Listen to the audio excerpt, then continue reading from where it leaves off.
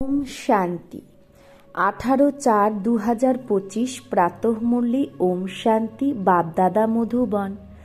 বাবা বলেছে, মিঠে বাচ্চে, নিজের উপর রহেম করো, অর্থাৎ নিজের উপর কৃপা করো। বাবা যে মত দেয় তার উপর চলো, তাহলে অপার খুশি থাকবে, মায়ার অভিশাপ থেকে বেঁচে যাবে। তাহলে নিজের ওপর কিভাবে আমরা রহেম করতে পারি? যাতে বাবা যে মত দিচ্ছে সেই মতের ওপর যদি চলি তাহলে আমাদের অপার খুশি থাকবে আর মায়ার অভিশাপ থেকে আমরা বেঁচে যাব। এটাই নিজের উপর রহেম মানে কৃপা করা। প্রশ্ন, মায়ার অভিশাপ কেন লাগে? শ্রাপিত আত্মার গতি কি হয়? তাহলে মায়ার অভিশাপ কেন লাগে আর অভিশপ্ত আত্মার গতি কি হয়? উত্তর, 1. বাবা আর পড়ার অর্থাৎ এই জ্ঞান রত্নের নিরাদর করলে, নিজের মতে চললে মায়ার অভিশাপ লাগে। তাহলে মায়ার শাপ কখন লাগে? যদি আমরা বাবার নিরাদর করি বা এই পড়াটার নিজের মতে যদি চলি তাহলে মায়ার শ্রাপ লেগে যায়।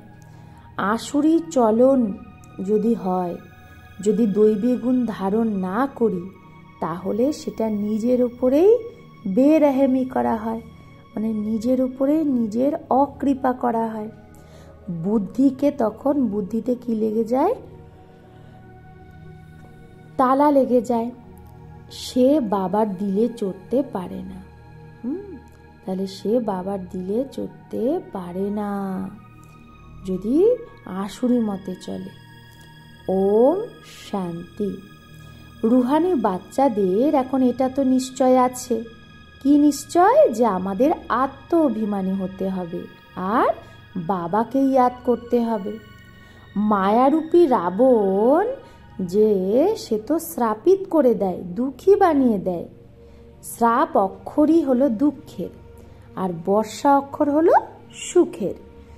যে বাচ্চা বফাদার ফরমানবরদার সে ভালোভাবে জানে, যে না ফরমানবরদার সে বাচ্চাই না, মানে যে আদেশ মানে না বাবার সে বাচ্চাই না।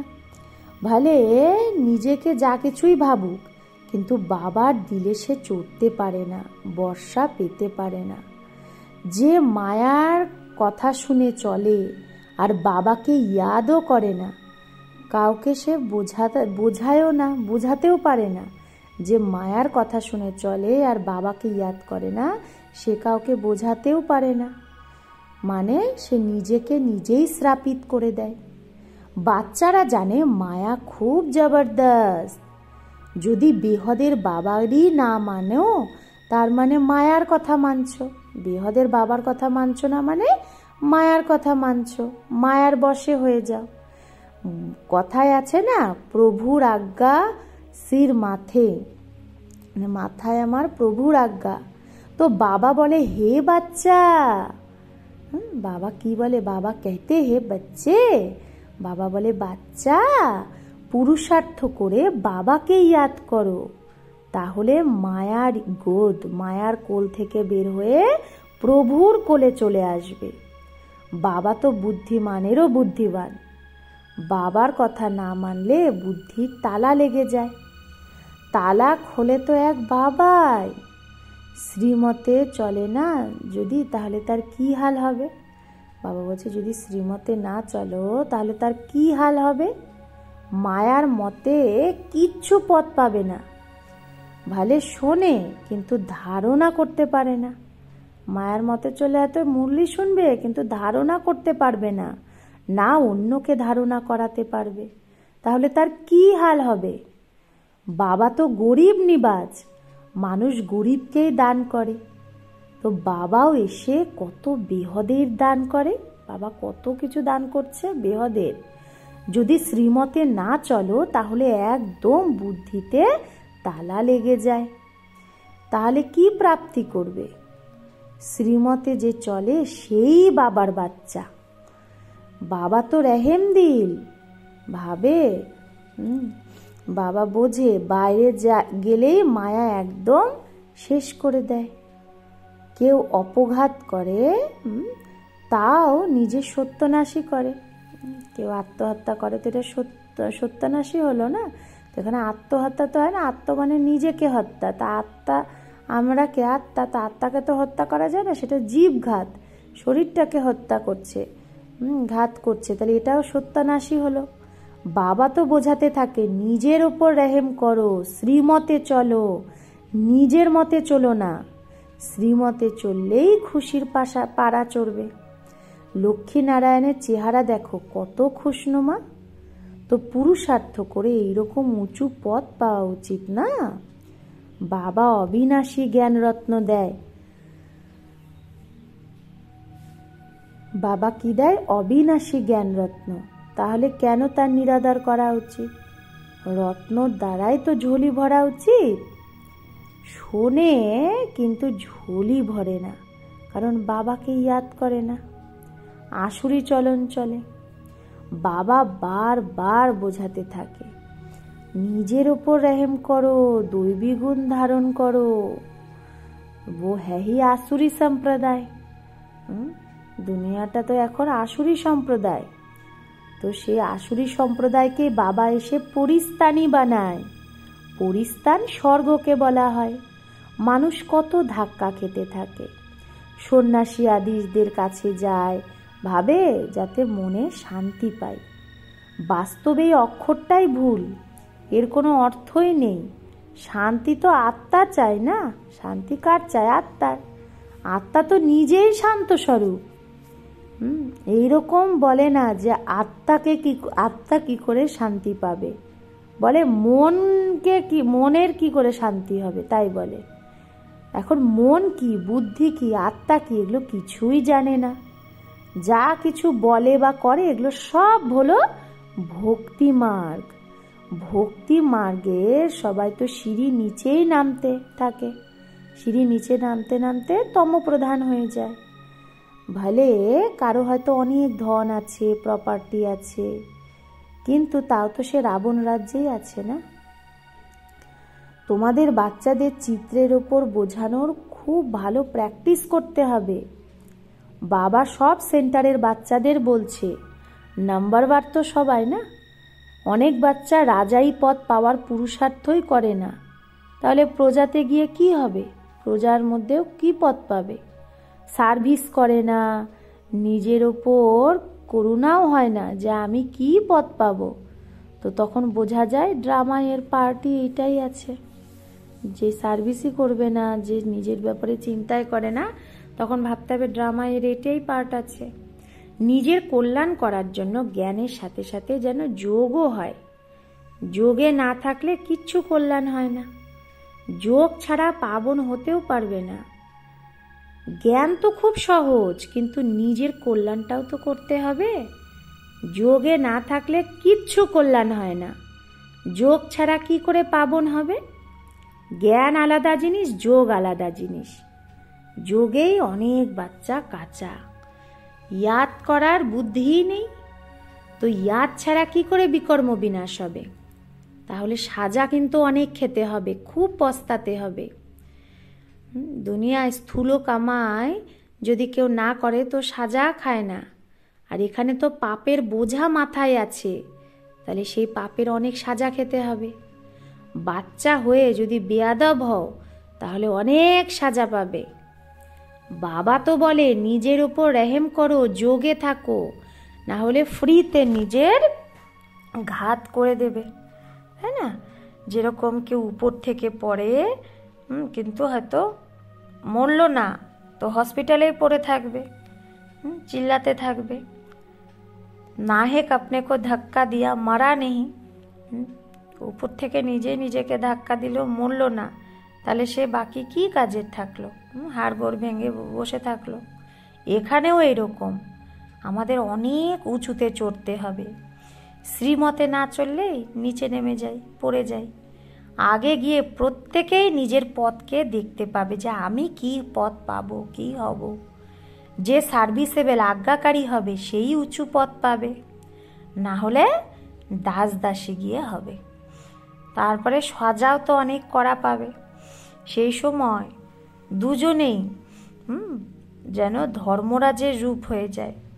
শিব বাবা ব্রহ্মা বাবা দুজনে ধর্মরাজের রূপ হয়ে যাবে। কিন্তু বাচ্চারা এগুলো বোঝেই না, ভুল করতেই থাকে। সাজা তো এখানেই খেতে হবে না, যে যত সার্ভিস করবে তত শোভেঙ্গে, তত তার দ্বারা শোভা বৃদ্ধি পাবে। তো সে তখন বাবার শোভা, বাবার একটা ভালো বাচ্চা হবে যে যত সার্ভিস করবে, না হলে সে কোনো কাজেরই না। বাবা বলে অন্যের কল্যাণ যদি না করতে পারো তাহলে নিজের কল্যাণ তো করো। বান্ধেলিয়াও নিজের কল্যাণ করতে থাকে। বাবা আবার বাচ্চাদের বলে খবরদার থাকো, নাম রূপে ফাঁসলেই মায়া খুব ধোকা দিয়ে দেয়। বলে বাবা অমুককে দেখলেই আমার খারাপ সংকল্প আসে, খারাপ সংকল্প চলতে থাকে। বাবা বোঝায় কর্মেন্দ্রিয় দ্বারা কখনো খারাপ কাজ করো না। কোনো খারাপ ব্যক্তি যার চলন ঠিক নেই তো তাকে সেন্টারে আসতে দিও না। যদি কোনো খারাপ ব্যক্তি যার চলন ঠিক নেই তো তাকে সেন্টারে আসতে দিও না। স্কুলেও কারো যদি খারাপ চলন হয় তো অনেক মার খায়। টিচার সবার সামনে বলে যে এইরকম খারাপ চলন, এইরকম খারাপ চলনের, তাই একে স্কুল থেকে বার করে দেওয়া হচ্ছে। তোমাদের সেন্টারে ওই রকম যার গন্ধি দৃষ্টিওয়ালা যদি কেউ আসে তাহলে তাকে ভাগিয়ে দেওয়া উচিত। বাবা বলে কখনো কুদৃষ্টি থাকা উচিত না। সার্ভিস করে না, বাবাকে ইয়াদ করে না, তার মানে নিশ্চয়ই কিছু না কিছু ভিতরে নোংরামি আছে। যদি সার্ভিস না করে, বাবাকে ইয়াদ না করে, নিশ্চয়ই কিছু না কিছু গন্দাগি আছে। যে ভালো সার্ভিস করে তার নামবালাও হয়। একটুও সংকল্প যদি আসে, কুদৃষ্টি যায়, তো বোঝা উচিত মায়ার আক্রমণ হচ্ছে। একটু যদি খারাপ সংকল্প আসে একদম ছেড়ে দেওয়া উচিত। না হলে বাবা বলছে এরকম কুদৃষ্টি থাকলে একদম সে কুদৃষ্টিটা ছেড়ে দাও, না হলে বৃদ্ধি পাবে আরও, আর লোকসান করে দেবে। বাবাকে ইয়াদ করলেই বাঁচতে থাকবে। বাবা সব বাচ্চাদের সাবধান করে খবরদার থাকো, কোথাও যেন নিজের কুলের বদনাম না হয়। কেউ গন্ধর্বী বিবাহ করে একসাথে থাকে তো কত নামবালা করে, কেউ তো আবার একদম গন্দা হয়ে যায়। এখানে তোমরা আসোই নিজের সদ্গতি করতে নাকি খারাপ গতি করতে। সব থেকে খারাপ কাজ হলো কাম, তারপরে ক্রোধ। আসে বাবার বর্ষা নিতে, কিন্তু মায়া আক্রমণ করে অভিশাপ দিয়ে দেয়, তো একদম নিচে নেমে যায়। তার মানে নিজেকেই শ্রাপ দিয়ে দেয়। তো বাবা বোঝায় খুব সামলাতে হবে নিজেকে। কেউ কেউ যদি এরকম সেন্টারে আসে তো তাকে একদম সেন্টার থেকে রওনা করে দেনা চাইয়ে, বের করে দাও। দেখায়ও না, অমৃত পান করতে আসে, তারপরে বাইরে গিয়ে অসুর হয়ে গন্ধ কিয়া। অমৃত পান করতে এসে বাইরে গিয়ে কি হয়েছে, অসুর হয়ে একদম নোংরা করে দিয়েছে। তাহলে সে তো তাহলে এই জ্ঞানটাও শোনাতে পারবে না, তার বুদ্ধির তালায় বন্ধ হয়ে যায়। বাবা বলে নিজের সার্ভিসের উপরেই তৎপর হওয়া উচিত। বাবার ইয়াদে থাকতে থাকতে লাস্টে বাবার কাছে চলে যেতে হবে, মানে ঘরে, পরমধাম। গানও আছে না, রাতকে রাহি থাক মত জানা। তো আত্মাকে ঘরে যেতে হবে। আত্মাই তো রাহি, আত্মাই তো সেই পথিক। আত্মাকে রোজ বোঝানো হয় যে এখন তুমি শান্তিধামে যাওয়ার রাহি। তো এখন বাবাকে, ঘরকে আর বর্ষাকে ইয়াদ করতে থাকো। নিজেকে দেখতে হবে মায়া তো কোথাও ধোকা দিচ্ছে না, আমি নিজের বাবাকে ইয়াদ করি। উঁচু থেকে উঁচু বাবার দিকেই যেন দৃষ্টি থাকে, এটাই হলো খুব উঁচু পুরুষার্থ। বাবা বলে বাচ্চা কুদৃষ্টি ছেড়ে দাও। দেহ অভিমান মানে কুদৃষ্টি, দেহি অভিমানী মানে শুদ্ধ দৃষ্টি। তো বাচ্চাদের দৃষ্টি বাবার দিকেই থাকা উচিত। বর্ষা খুব উঁচু, বিশ্বের বাদশাহী, কম কথা। স্বপ্নেও কেউ এটা ভাবতে পারবে না যে পড়ার দ্বারা, যোগের দ্বারা বিশ্বের বাদশাহী পাওয়া যায়। পড়ে উঁচু পদ পেলে বাবাও তো কত খুশি হবে, টিচারও খুশি হয়, সদ্গুরুও খুশি হবে। ইয়াদ করতে থাকলে বাবাও কি পুচকার দিতে থাকবে, মানে উমং উৎসাহ বাড়াতে থাকবে। বাবা বলে, বাচ্চা এই কুমিটা তুমি বের করে দাও, না হলে ফ্রিতে নিজের নাম বদনাম করবে। বাবা তো বিশ্বের মালিক বানায়, সৌভাগ্য খুলে দেয়। ভারতবাসী 100% সৌভাগ্যশালী ছিল, তো সেই ভারতবাসী আবার 100% দুর্ভাগ্যশালী হয়েছে। আবার তোমাদের সৌভাগ্যশালী বানানোর জন্যই পড়ানো হয়। বাবা বোঝায় ধর্মের যারা বড় বড় আছে তারাও তোমাদের কাছে আসবে, তোমাদের কাছে যোগ শিখে যাবে। মিউজিয়ামে যে ট্যুরিস্টরা আসে তাদেরকেও তোমরা বোঝাতে পারো যে এখন স্বর্গের গেট খুলবে।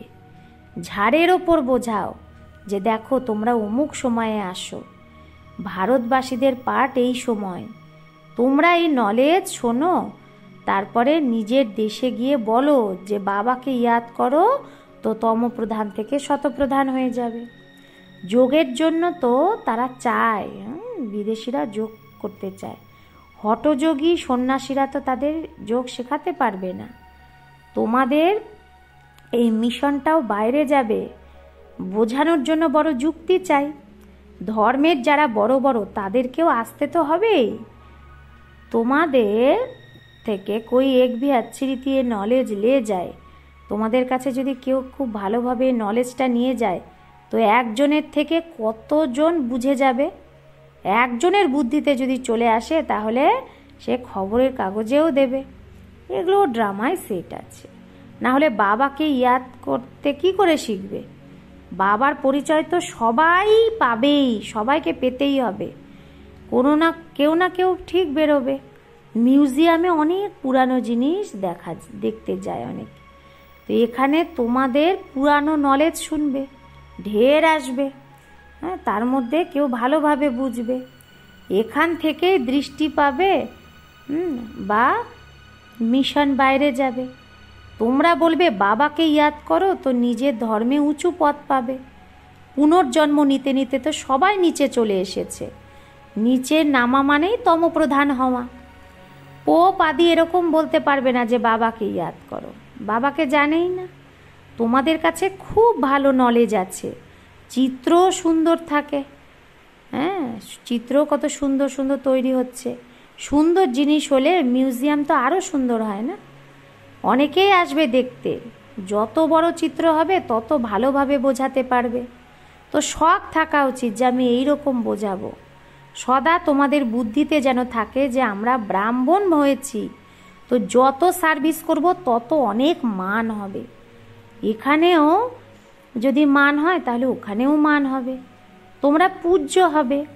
তো এই ঈশ্বরীয় নলেজ ধারণ করতে হবে।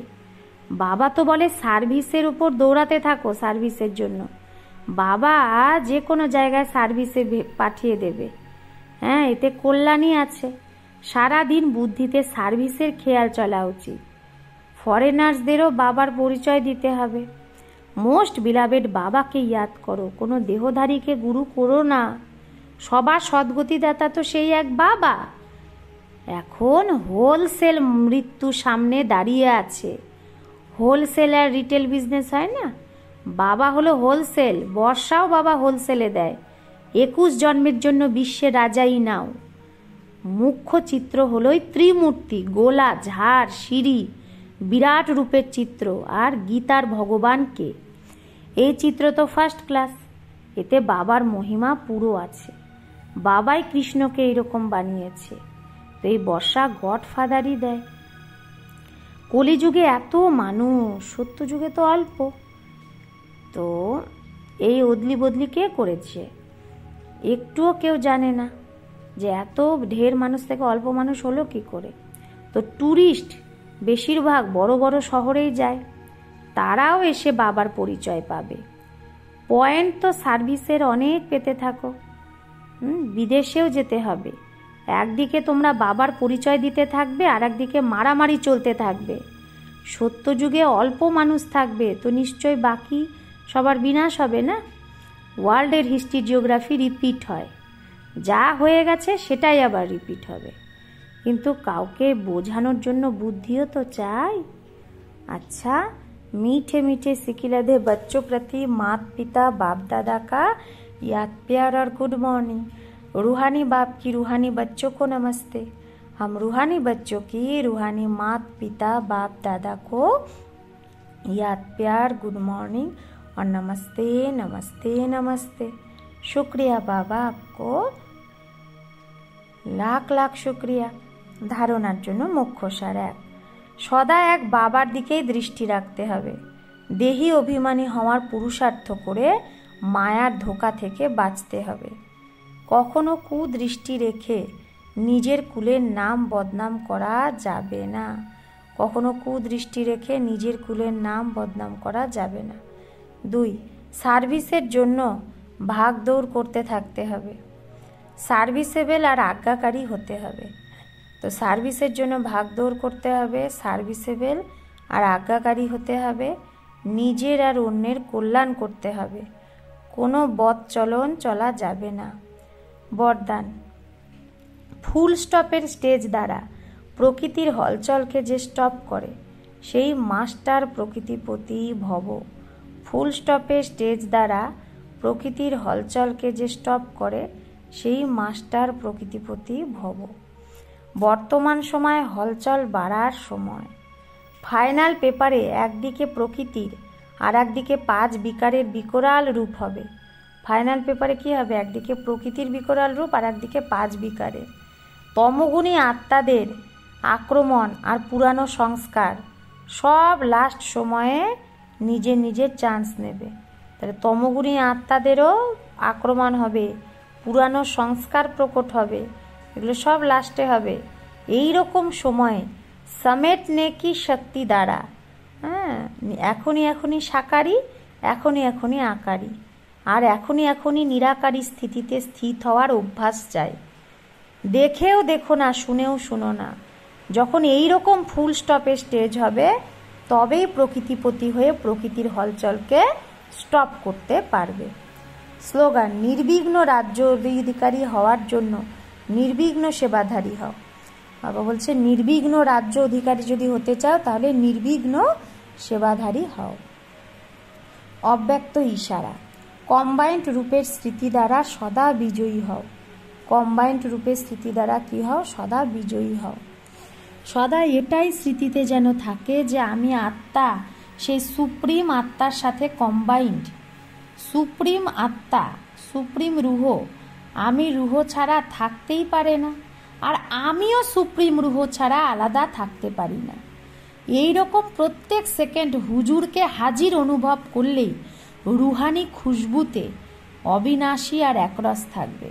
যদি সদা বাবাকে আমার সাথে অনুভব করি তাহলে রুহানি খুশবু আমার অবিনাশী আর একরস থাকবে।